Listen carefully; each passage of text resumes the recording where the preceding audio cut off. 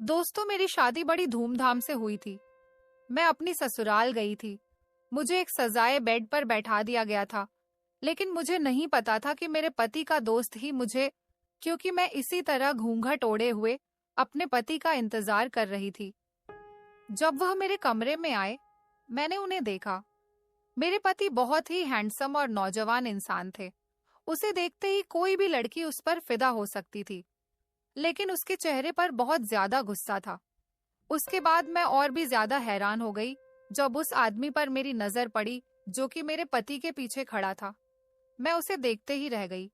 ऐसा कभी नहीं हुआ था कि एक औरत के कमरे में उसके पति के अलावा कोई और भी है, वो भी सुहागरात के कमरे में। लेकिन मेरा पति शायद उसे खुद साथ लेकर आया था। मैंने देखा कि उसकी लंबी लंबी दाढ़ी थी, उसकी आंखों में लाली थी और अजीब हुलिये के साथ आया था, और वो बहुत ही अजीब आदमी था। मैं अपने सामने उसे देखकर ही डर गई थी, लेकिन मुझे पूरा यकीन था कि मेरे माँ बाप ने मेरी शादी सोच समझकर ही की होगी। किसी ऐसे इंसान से तो बिल्कुल नहीं की थी जो अपनी बीवी की इज्जत का हिफाजत ना कर सकता हो। हमारी अरेंज मैरिज हुई थी, इसीलिए मैं बहुत तसल्ली से बैठी रही। तभी वह आदमी नीचे झुका और उसने बेड के नीचे एक ट्रेन रोकी रख दी। घूंघट के नीचे से ही मैंने उस आदमी को अंडे की ट्रे रखते हुए देख लिया था। मैं तो हैरान हो गई कि बेड के नीचे अंडे कौन रखता है। अंडे तो फ्रीज में रखने वाली चीज है। लेकिन मैं चुप रही क्या? ससुराल में मेरा पहला दिन था। मैं किसी तरह की बहस और लड़ाई झगड़ा नहीं करना चाहती थी, इसीलिए मैं चुपचाप ये सारा कुछ देखती रही। फिर उस आदमी ने मेरे पति के कान में कुछ कहा, कमरे से बाहर चला गया। चलो, भगवान की कृपा हुई कि वह मेरे कमरे से बाहर चला गया। उस आदमी की डरावनी नजर से तो बची, क्योंकि जिस नजर से वह मुझे देख रहा था, मुझे बहुत ज्यादा घबराहट हो रही थी। वह मुझे अच्छी नजर से नहीं देख रहा था। उसके जाने के बाद मैं सीधी होकर बैठी। मेरा ख्याल था कि मेरा पति मेरे साथ कुछ मीठी बातें कहेगा, मेरा हालचाल पूछेगा, लेकिन ऐसा कुछ भी नहीं हुआ था। मेरे पति ने मेरी तरफ देखा, देखा, देखा तक नहीं। कहने लगे, सो जा, मुझे भी बहुत नींद आ रही है। तुम भी अपने कपड़े बदलकर आराम से सो जा। शादी की थकावट में तुम्हें परेशान कर दिया होगा, इसीलिए मुझे तुम्हें नींद की बहुत जरूरत है। मैं तो उसे देखकर हक्का बक्का होकर देखने लगी। इस आदमी ने नजर भरकर मेरी तरफ देखना भी गवारा नहीं समझा। जिस आदमी के लिए औरत इतना तैयार होती है और फिर पति अपने मुंह से एक भी शब्द तारीफ ना निकाले, तो वह आदमी किस काम का? और उस दुल्हन पर क्या गुजरती है, उसके तो सारे सपने ही टूट जाते हैं। मेरे साथ भी ऐसा ही हुआ था। अपने पति की तरफ से मेरा दिल भी पूरी तरह से टूट चुका था।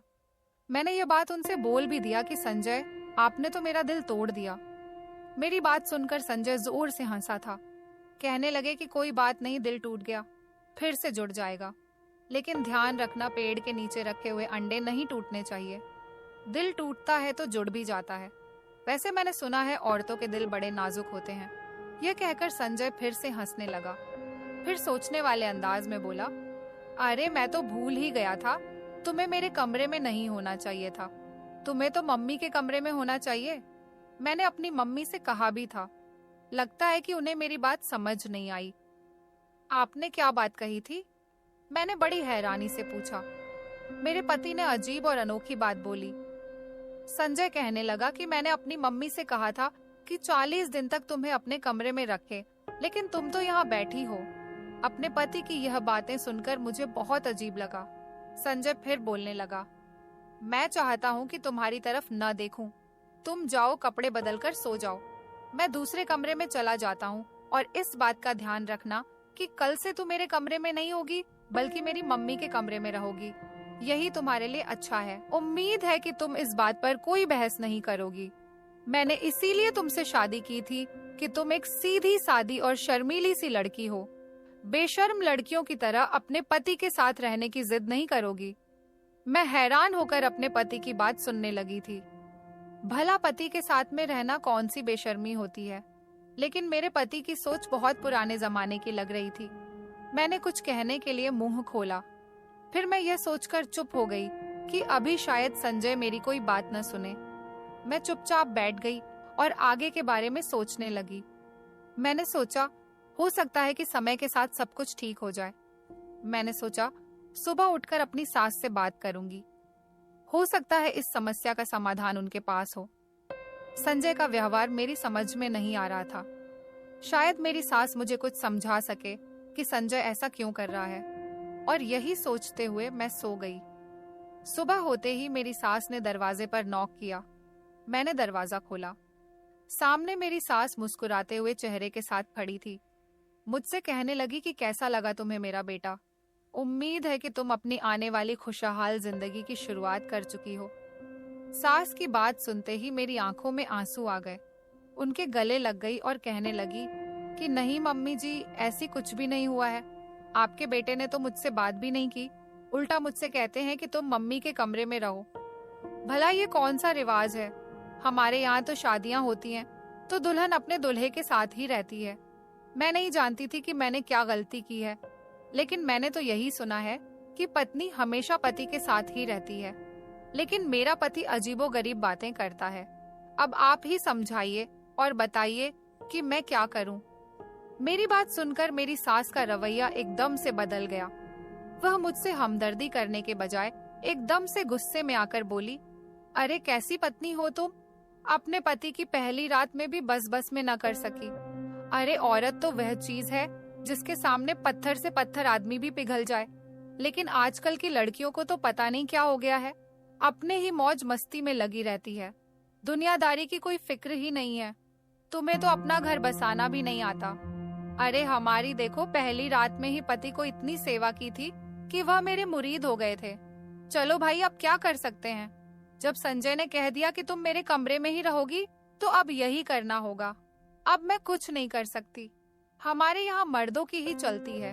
मर्द चाहे उम्र में कितना ही छोटा क्यों ना हो, औरतें हमेशा उसकी बात को मानती हैं। अब तुम मेरे कमरे में ही रहोगी, इसमें मेरा कोई कसूर नहीं है। मैंने तो तुम्हें पूरा मौका दिया था, तुमने उस मौके को गवा दिया। मेरी सास तो ऐसे बात कर रही थी जैसे उनका बेटा कोई महाराजा हो और हम सब उनकी दासियां हो।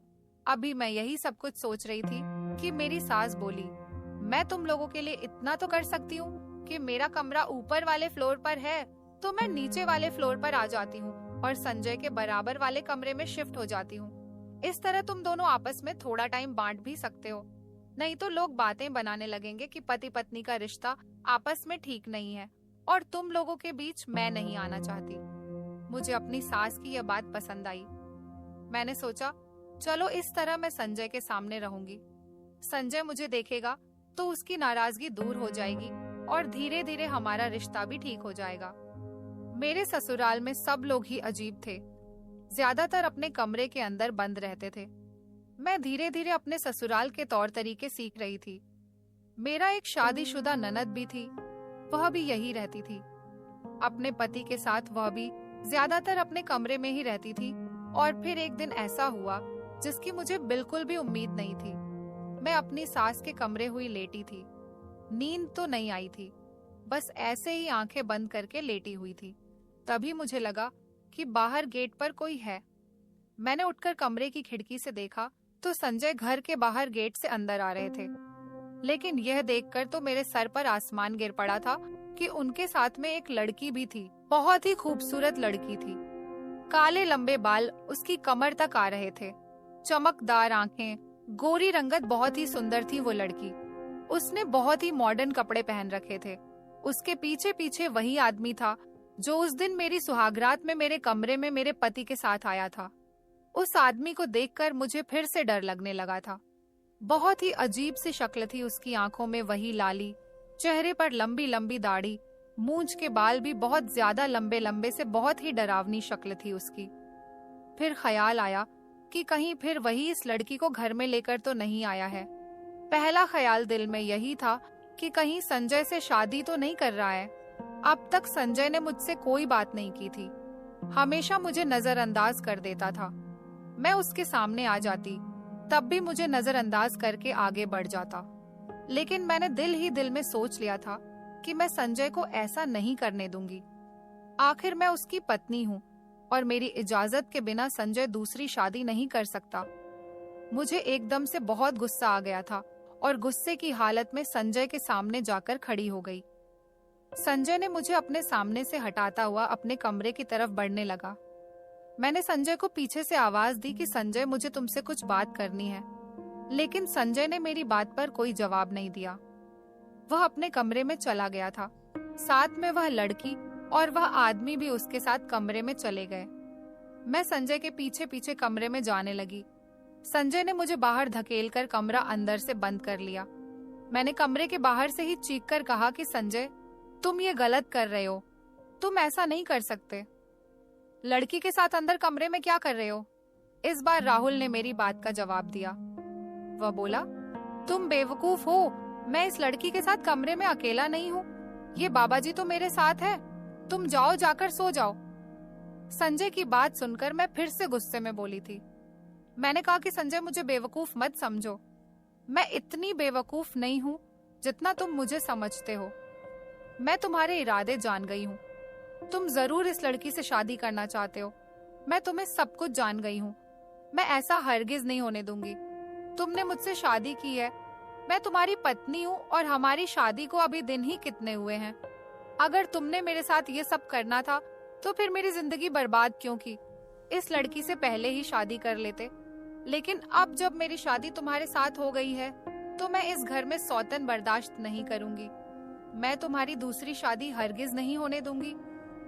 मेरी बात सुनकर संजय ने दरवाजा खोला और मेरे सामने हाथ जोड़ते हुए बोला, पत्नी जी, मुझे माफ कर दो, लेकिन एक बात कान खोलकर सुन लो कि मैं दूसरी शादी नहीं कर रहा। तुम ही मेरी पत्नी रहोगी, लेकिन इस समय मुझे अकेला छोड़ दो।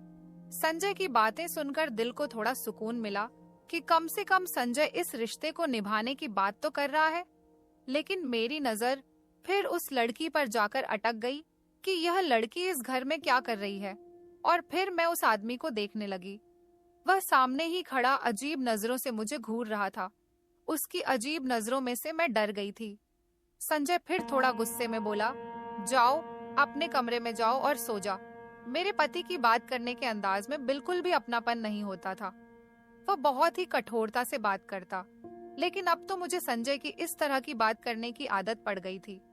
शादी को 3 महीने हो चुके थे और संजय ने इन 3 महीनों में मुझसे एक बार भी प्यार से बात नहीं की थी।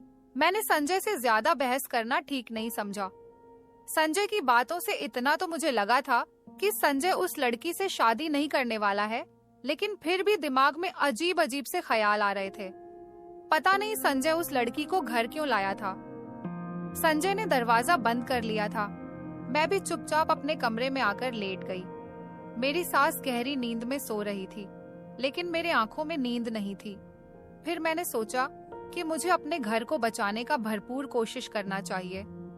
हो सकता है कि संजय सीधे रास्ते पर आ जाए, तो कुछ तो था जो वह मुझसे छिपा रहा था, लेकिन क्या छुपा रहा था मुझे समझ नहीं आ रहा था। सुबह उठी तो मैंने खुद को अच्छे से तैयार किया था।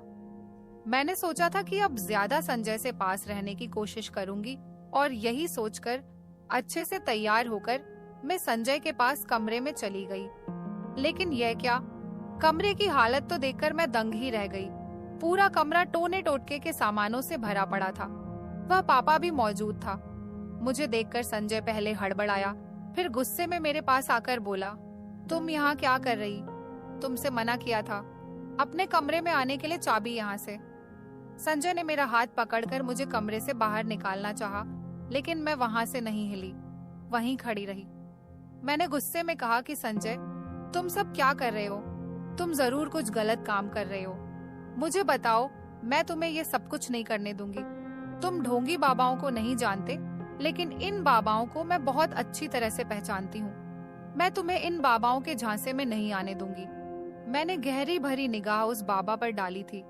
उस बाबा ने भी मुझे बहुत ही डरावनी नजर से देखा था। एक पल के लिए तो मैं सहम गई, लेकिन फिर अपने इरादों पर डटी रही और संजय को समझाते हुए बोली कि संजय, चलो यहाँ से, ये सब कुछ करना बंद करो। ये अंधविश्वास है, तुम जो भी कर रहे हो गलत है। संजय ने मेरी एक न सुनी और मुझे धक्का देकर कमरे से बाहर निकाल दिया और कमरे का दरवाजा अंदर से बंद कर लिया। मैं चीखती रही, चिल्लाती रही, लेकिन संजय ने मेरी एक नहीं सुनी थी। अब तो ये रोज का हो गया था। संजय रोज एक लड़की को लेकर आता था, लेकिन मैंने ध्यान दिया था कि सारी लड़कियां शादीशुदा ही होती थीं। मुझे हैरत हुई। भला संजय शादीशुदा लड़कियों को ही क्यों लाता है? जब भी संजय लड़कियों को लाता, वह बाबा भी साथ में जरूर होता था। संजय यह काम अपनी माँ से छुपकर करता था। जब मेरी सास सो जाती, तभी संजय लड़कियों को लाता था। मैंने इस बारे में अपनी सास से बात की तो वह कहने लगी कि संजय शादी के लिए तैयार नहीं था। मैंने ही जबरदस्ती उसकी शादी करवाई थी। मुझे लगा संजय शादी के झमेले में पड़ना नहीं चाहता, इसीलिए शादी नहीं कर रहा था।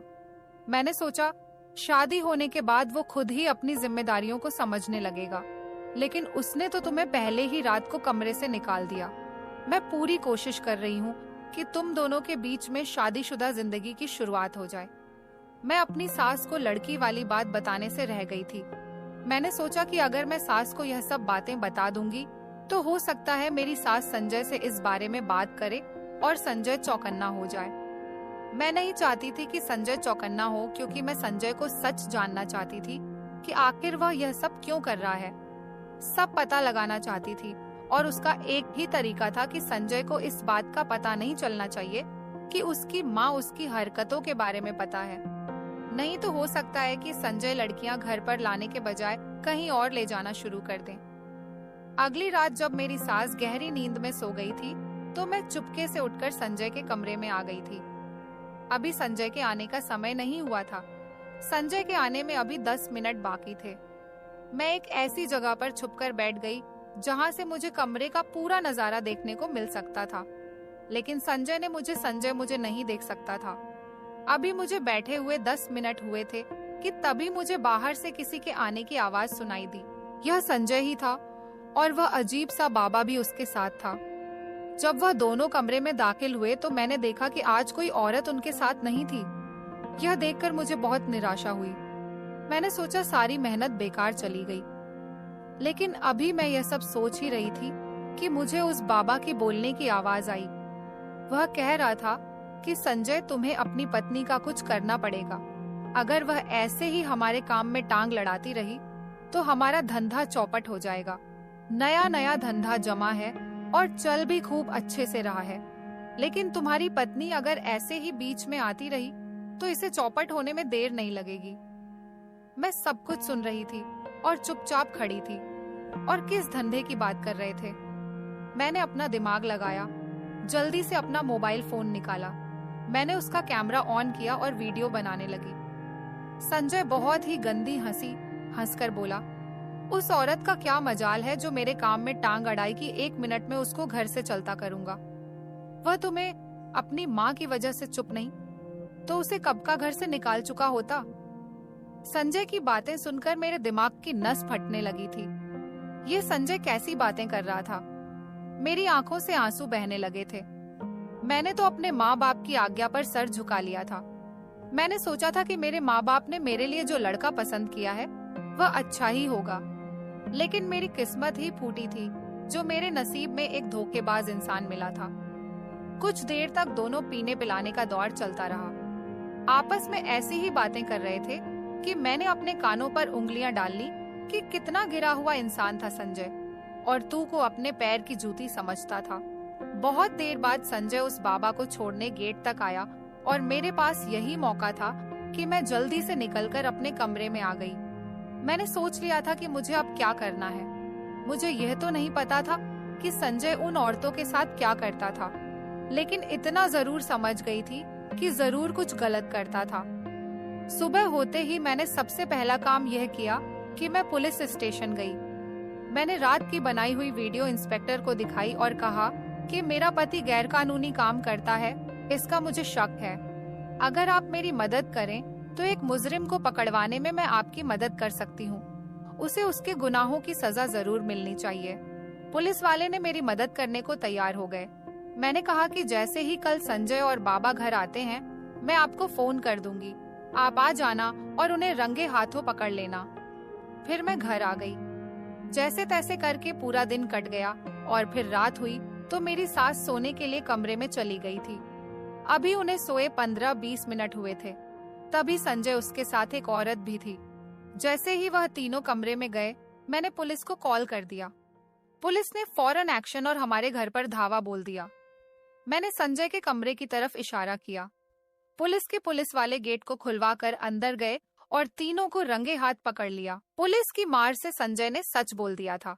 उसने बताया कि वह बांझ औरतों को झांसा देते हैं कि हमारे पास एक ऐसा टोटका है जिसे करने से बांझ औरतें मां बन जाती हैं, और संजय और बाबा मिलकर उन औरतों का नाजायज फायदा उठाते थे और वो औरतें बच्चे की लालच में आकर कुछ भी विरोध नहीं करती थी।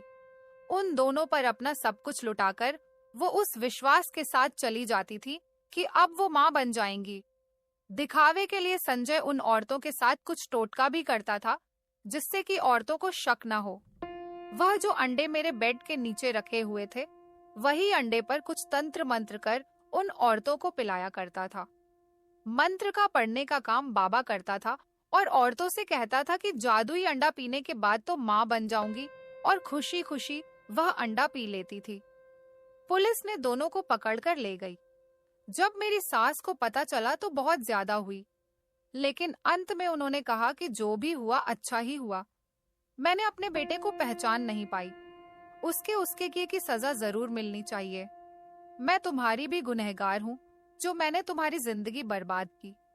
मुझे माफ कर दो। मैंने अपनी सास को माफ कर दिया क्योंकि उन्होंने जो कुछ भी किया अनजाने में किया। मेरी मम्मी पापा मुझे अपने घर ले गए थे। दुख तो था कि मुझे जीवन साथी मिला तो ऐसा मिला जो कि एक मुजरिम था। खुशी इस बात की भी थी कि मेरी वजह से कितनी औरतें बर्बाद होने से बच गई थी। मैंने संजय से तलाक ले लिया है और अब अपनी जिंदगी में कुछ करने को सोचा है। अपने पैरों पर खड़ा होना चाहती हूँ। किसी की मोहताज नहीं रहना चाहती। मैं अपनी सारी बहनों से कहना चाहूंगी कि ऐसे ढोंगी बाबाओं के झांसे में न पड़ें।